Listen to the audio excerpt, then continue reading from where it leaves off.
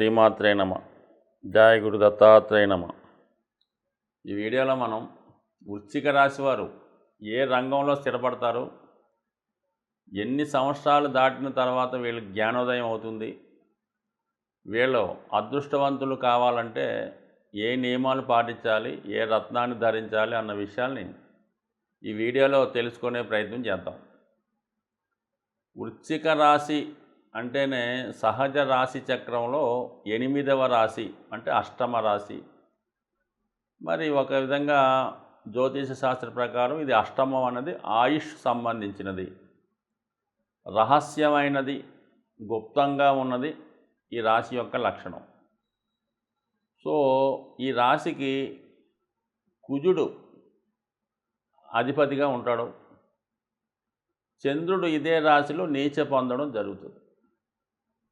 అంతే, మిగతా గ్రహాలకి పెద్ద దీని మీద అధికారం లేదు.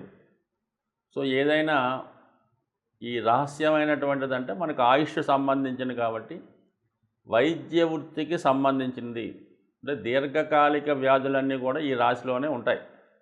కాబట్టి దానికి సంబంధించిన వైద్య శాస్త్రంలో డాక్టర్లు, పరిశోధన చేస్తున్న వాళ్ళు, అలాగే ఏ వ్యాధికి ఏ మందు పనిచేస్తుంది, ఏ వ్యాధి ఎందుకు వస్తుంది అన్న విషయంలో పరిశోధించే మంచి తెలివైనటువంటి వైద్యులంతా కూడా ఇదే రాశిలో జన్మిస్తారు. అలాగే పరిశోధకులు నిగూఢంగా ఉన్నటువంటి రహస్యాన్ని, అసలు ఈ మానవ జన్మ ఎందుకు వచ్చింది, అసలు ఏంటి పరిశోధన అంతా కూడా ఇందులో ఉంటుంది. అంటే మంచి పరిశోధకులు, మంచి వైద్యులు ఉంటారు.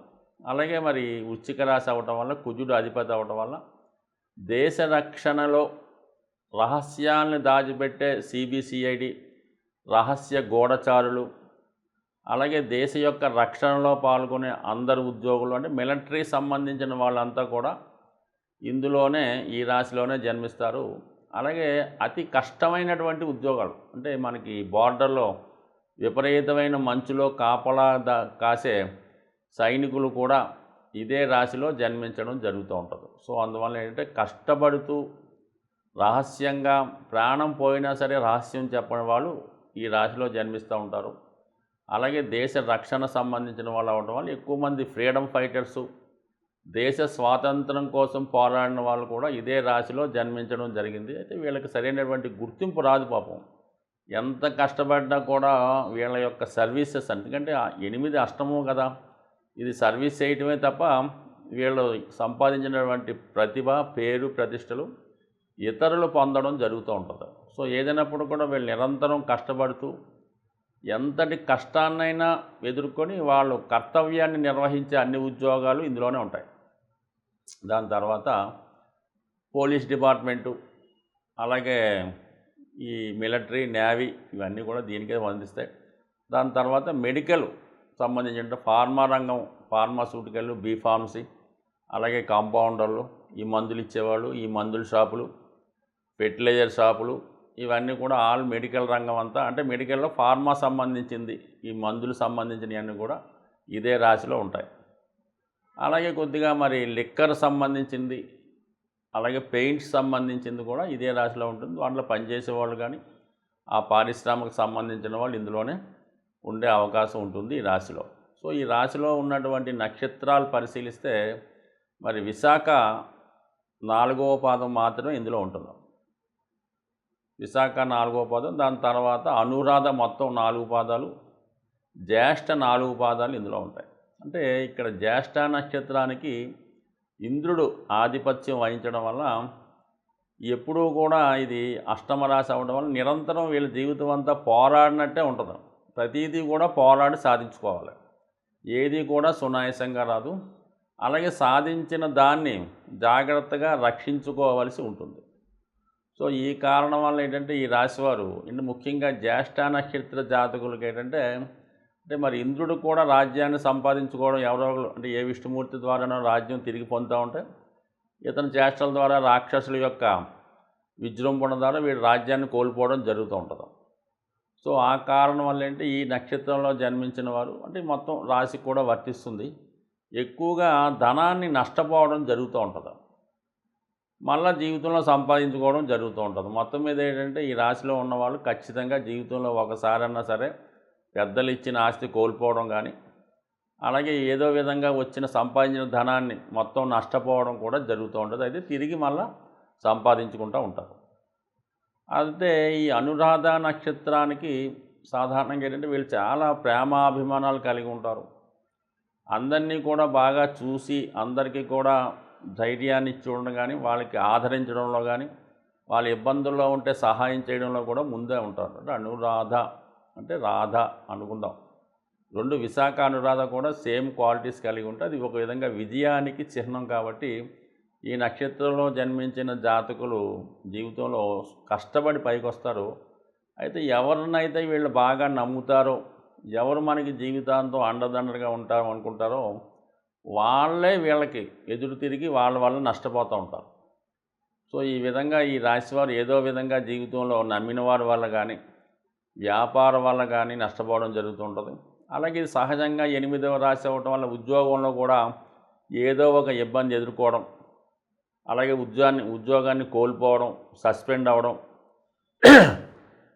అలాగే ఉద్యోగాన్ని కోల్పోవడం కానీ, సస్పెండ్ అవ్వడం కానీ, ఏదో కారణం వల్ల ఉద్యోగం మధ్యలో మానివేయడం కానీ, లేదంటే ఏదో ఒక బ్యాడ్ నేమ్ రావడం కానీ జరుగుతూ ఉంటుంది. సో ఈ కారణం వల్ల ఏంటంటే వీళ్ళు మరి ప్రభుత్వ ఉద్యోగులైనా, పెద్ద పెద్ద సంస్థల్లో చేస్తున్న వాళ్ళైనా సాధారణంగా ఇతరుల యొక్క అసూయకి, ఈర్ష్యకి గురవుతూ ఉంటారు. సో ఆ కారణం వల్ల కూడా కొంతవరకు ఇతరులు వీళ్ళ మీద లేనిపోని పిటిషన్లో ఇంకోటో బ్యాడ్గా చెప్పి వీళ్ళ పతనానికి కారణం అవుతుంటారు. అంటే కావలసిన వాళ్ళే వీళ్ళ పతనానికి కారణం అవుతుంటారు అన్నమాట. సో ఈ కారణం వల్ల వీళ్ళు ఏ వృత్తిలో ఉన్నా, ఏ వ్యాపారంలో ఉన్నా చాలా విధంగా రహస్యంగా ధన సంపాదించినా ఏదైనా జాగ్రత్తగా రహస్యంగా ఉంచుకోవాలి. ఎట్టి పరిస్థితుల్లో కూడా దగ్గర వారిని చేరనివ్వకూడదు. బయట వాళ్ళన్నా పర్లేదు, ఏదంటే వాళ్ళని ఏ విధంగా దగ్గర వాళ్ళు ఎప్పుడైతే వీళ్ళ దగ్గర చేరారో కంపల్సరీగా, ఎందుకంటే వృశ్చిక రాశికి కుజుడు అధిపతి, ఇక్కడ నుంచి లెక్కెట్టుకుంటే 6వ రాశి కూడా కుజుడే అధిపతి. మరి కుజుడు ఎక్కడ మూల త్రికోణం, ఇది స్వక్షేత్రం. అందువల్ల వీళ్ళ యొక్క బంధువులో, వీళ్ళ యొక్క మిత్రులో వీరు నమ్మిన వారు వీళ్ళని మోసం చేస్తారు. ఎందుకంటే వాళ్ళు వీళ్ళకన్నా పైకి రావాలి కాబట్టి వీళ్ళు ముంచుతూ ఉంటారు అన్నమాట. సో అందువల్ల దగ్గర వాళ్ళని నమ్మకుండా ఉండడం మంచిది. బట్ ఏదైనా ఈ జాతకులు ధనం ఏ విధంగా సంపాదిస్తున్నారన్న విషయాన్ని చాలా రహస్యంగా ఉంటుంది. చాలామంది ఖాళీగానే ఉన్నట్టు కనబడుతుంటారు, ఎక్కువగా ధనాన్ని సంపాదిస్తుంటారు. అలా వీళ్ళకి వైద్య వృత్తి నెంబర్ 1, అలాగే సైన్యానికి సంబంధించింది, మిలిటరీకి సంబంధించింది, పోలీస్ డిపార్ట్మెంట్కి సంబంధించింది. దాని తర్వాత రియల్ ఎస్టేట్ వ్యాపారం కూడా 100% అనుకూలంగా ఉంటుంది. అయితే ఇది ఎలా ఉంటుంది, ఏదైనా రిస్క్లో ఉన్నటువంటి ల్యాండ్ని ఎక్వైర్ చేసి దాన్ని చక్కగా లీగలైజ్ చేసి న్యాయబద్ధంగా చేయడం వల్ల 100% లాభం వచ్చే అవకాశం ఉంది. సో ఏదైనా వీళ్ళు మరి భూముల మీద కూడా బాగా సంపాదించే అవకాశం ఉంది. ఇది జలతత్వ రాశి అవ్వటం వల్ల మామూలుగా ఈ చేపలు దానికి సంబంధించింది కూడా వీళ్ళకి కలిసి వచ్చే అంశంగా భావించవచ్చు. సో ఏదైనా ఈ రాశివారు నలుపు రంగుని అవాయిడ్ చేయాలి. పసుపు, ఆరెంజ్ కలర్స్ మంచివి. ధన సంపాదన కొరకు, ధనాభివృద్ధి కొరకు, తెలివితేటల్లో గుర్తింపు కొరకు, ప్రభుత్వ ఉద్యోగం కొరకు కావాలంటే వీళ్ళు కనక పుష్యరాగాన్ని ధరించడం మంచిది. రాజకీయ రంగంలో కానీ వైద్య వృత్తిలో రాణించాలనుకున్న వారు కెంపు రుబి అనే ఉంగరాన్ని ధరించడం మంచిది. వ్యక్తిగతంగా ఎదగాలి అనుకున్న వాళ్ళు పగడం ఉంగరాన్ని ధరించవచ్చు. దాని తర్వాత స్త్రీలు, ఈ రాశిలో జన్మించిన స్త్రీలు అయితే ముత్యాన్ని కూడా ఉంగరంగా ధరించవచ్చు. వీళ్ళకి పసుపు, ఆరెంజ్ కలర్స్ మంచివి. తెలుపు రంగు కూడా అనుకూలిస్తుంది. సో ఏదైనా ఈ రాశివారు మరి ఇదే రాశిలో చంద్రుడు నీచ కాబట్టి సొంత ఆలోచనల వల్ల, సొంత తెలివితేటల వల్ల నష్టపోయే అవకాశం ఉంది. కాబట్టి ఏదైనా అవసరమైనప్పుడు ఇతరుల సలహాలు తీసుకొని ముందుకెళ్తేనే జీవితంలో రాణించగలుగుతుంటారు. సొంత ఆలోచనలు పనిచేయడం అవకాశం ఉండదు. బట్ ఏదైనా ఈ రాశి వారికి సొంత వారి వల్ల ఇబ్బంది ఉంటుంది. నిరంతరం వీళ్ళు ప్రతి సోమవారం శివుడికి అభిషేకం చేసుకోవడం వల్ల, సోమవారం నియమంగా ఉండడం వల్ల 100% వృత్తిపరంగా జీవితంలో అభివృద్ధి చెందే అవకాశం ఉంది. కుజుడు మీకు అనుకూలంగా మారాలంటే చాలా ఈజీ మాట. కుజుడు తొందరగా అనుగ్రహించే గ్రహం కాబట్టి కుజగ్రహం మీకు అనుకూలించాలంటే సాధ్యమైనంత వరకు మీరు ఈ మంగళవారం రోజు హనుమాన్ చాలీసా పారాయణ వల్ల, హనుమాన్ని పూజించడం వల్ల, మంగళవారం నియమంగా ఉండడం వల్ల చాలా వరకు మీరు కుజుని యొక్క అనుగ్రహానికి పాత్రలవుతుంటారు. ఇంకో రకంగా కుజుని యొక్క బలం కావాలంటే, ఎనర్జీ కావాలంటే ప్రతిరోజు వ్యాయామం చేయడం వల్ల, నడక రన్నింగు చేయడం వల్ల కుజుడు మీకు ఒక విధమైన శక్తిని, కాన్ఫిడెన్స్ని ఇవ్వడం జరుగుతూ ఉంటుంది. మరి ఇంకా ఎక్కువ కుజుని యొక్క శక్తి కావాలనుకున్నవారు ఏదైనా ఒక జిమ్ ట్రైనర్ ద్వారా ఆ ప్రయత్నం చేయడం వల్ల ముఖ్యంగా కాన్ఫిడెన్స్ పెరుగుతూ ఉంటుంది. ముఖ్యంగా ఎవరైతే నిరుద్యోగులుగా ఉంటారో వాళ్ళు ఏంటంటే ఈ వ్యాయామం, ఫిజికల్ ఫిట్నెస్ ద్వారా చేసుకుంటే అటు ఇంటర్వ్యూలో నెగ్గడానికి కానీ, కాంపిటేటివ్గా ఏ పనైనా చేయడానికి కారణం అవుతూ ఉంటుంది. కాబట్టి యువకులు, ఉత్సాహవంతులు ఆ విధంగా చేయొచ్చు. ఎక్కువగా స్త్రీలు హనుమంతుణ్ణి, సుబ్రహ్మణ్య స్వామిని పూజించుకోవడం, మంగళవారం నియమంగా ఉండడం వల్ల చాలా వరకు మీకు ఈ కుజగ్రహ అనుగ్రహం లభిస్తూ ఉంటుంది. దాని తర్వాత మనం చాలా విషయాల్లో ఓడిపోతున్నాం, ఏదన్నా ఒక భూమి కొనాలంటే అవ్వడం లేదు, అప్పులు తీరడం లేదు అనుకున్న వాళ్ళు కుజుని యొక్క అనుగ్రహం బలంగా ఉన్నవారితో మీరు స్నేహం చేయవలసి ఉంటుంది. అంటే ఆ కుజగ్రహం అనుగ్రహం ఎవరి మీద ఉంటుందంటే కేవలం ఈ యూనిఫారం వేసుకొని విధి నిర్వహణ చేస్తూ ఉంటారు కదా, ఎక్కువగా ఈ ఫారెస్ట్ డిపార్ట్మెంటు, ఈ పోలీస్ డిపార్ట్మెంటు, ఎక్సైజ్ డిపార్ట్మెంట్ వారితో, అందులో మీకు ఏదైనా దగ్గర బంధుత్వం, స్నేహం, మీతో చదువుకున్న వాళ్ళు ఉంటే వాళ్ళతో ఎక్కువ ఫ్రెండ్షిప్ చేయడం వల్ల, వాళ్ళతో రెగ్యులర్గా మీకు టచ్లో ఉండడం వల్ల ఏమవుతుందంటే ఆటోమేటిక్గా మీలో ఉన్నటువంటి కుజుడు యాక్టివేట్ అవ్వడం ద్వారా కుజుని యొక్క బలం పెరగడం జరుగుతూ ఉంటుంది. ఇక అన్ని రకాలుగా సమస్యలు అంటే వివాహ సమస్యతో ఉన్నవారు ఆంజనేయ స్వామిని తమలపాకులతో పూజ చేయవలసి ఉంటుంది. రుణ బాధలు ఉన్నవాళ్ళు ఆంజనేయ స్వామిని సింధూరంతో పూజ చేయవలసి ఉంటుంది. అంటే ఎదటివాడి యొక్క ఈర్ష్యకి, అసూయకి గురైన వాళ్ళు, పెద్ద పెద్ద ప్రాజెక్టులు పెట్టుకొని వాటిని పూర్తి చేయాలనుకున్నవారు ఆంజనేయ స్వామికి వడమాల సమర్పించడం ద్వారా, అలాగే శత్రుబాధలు పోవాలనుకున్నవారు ఆంజనేయ స్వామికి నిమ్మకాయల దండ, సంతానం కావాలనుకున్నవారు ఆంజనేయ స్వామికి వడమాల, ఈ విధంగా ప్రతిదానికి కూడా ఈ స్వామివారి దగ్గర పరిహారాలు ఉన్నాయి. అవి నమ్మకంతో చేయవలసి ఉంటుంది, మన శక్తి కొలది చేయవలసి ఉంటుంది. అంటే శక్తి కొలది అన్నప్పుడు ఎలా ఉంటుందంటే ఏదో చిన్న విద్యార్థి ఉన్నాడు, చాలా బీద కుటుంబం, వాడు ఏదో కొద్దిగా ఒక 21 తమలపాకులతో పూజ అయినా సరిపోతుంది.